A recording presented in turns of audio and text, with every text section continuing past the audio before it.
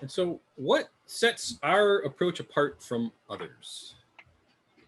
So, as Christopher just mentioned, compassion forms the core of our humanizing lens through which we view all people. We practice compassion because it helps us humanize ourselves and it helps us humanize others. No one should be essentialized and reduced to a single statement that they made or a single action that they did. We're always being invited into living into our full humanity.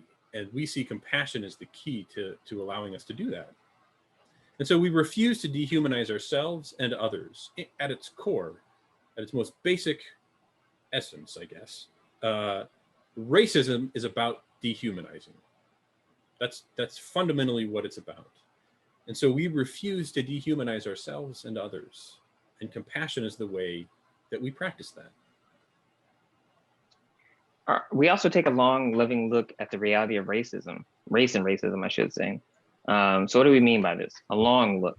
You may be wondering, man, your seminar is pretty long compared to others, right? Your 2-hour sessions.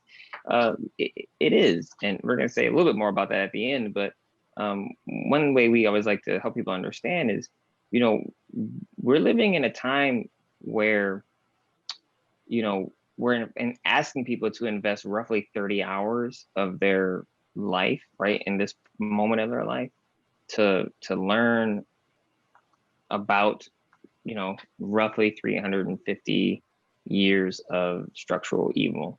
Actually, I'll probably say closer to 500 years of structural evil when you think about genocide, right? So that's a lot of time to try to boil down in 30 hours. And so, yeah, our process is longer because we actually recognize that transformation takes longer. We want you to actually learn and understand some of the theoretical aspects, right? That's the reality, right? Of race and racism. You need to understand these theoretical and these theories of race and racism so you understand how it actually works and how it shapes the world we live in. We actually look at it, right? We don't turn a blind eye. We ask you to look at your own stuff.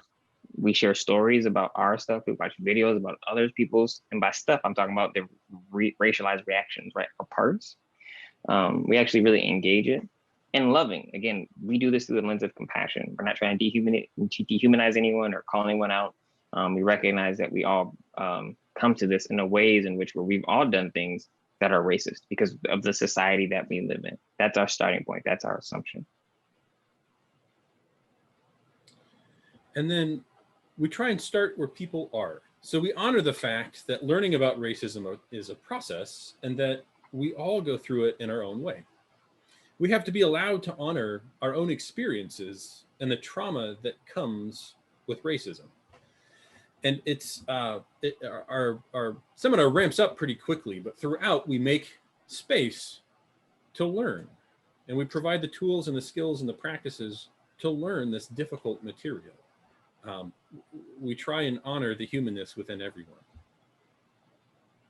And in order to do that, we really strive to create community, right? We are very authentic, as you can tell probably already in our presentation. We really share about ourselves and our journeys, and we invite others to be fully present as well. We believe that authenticity allows like the transformative the capacity for transformation, really, and that learning and that transformative kind of learning takes place when you create that kind of authentic community and people can be fully present.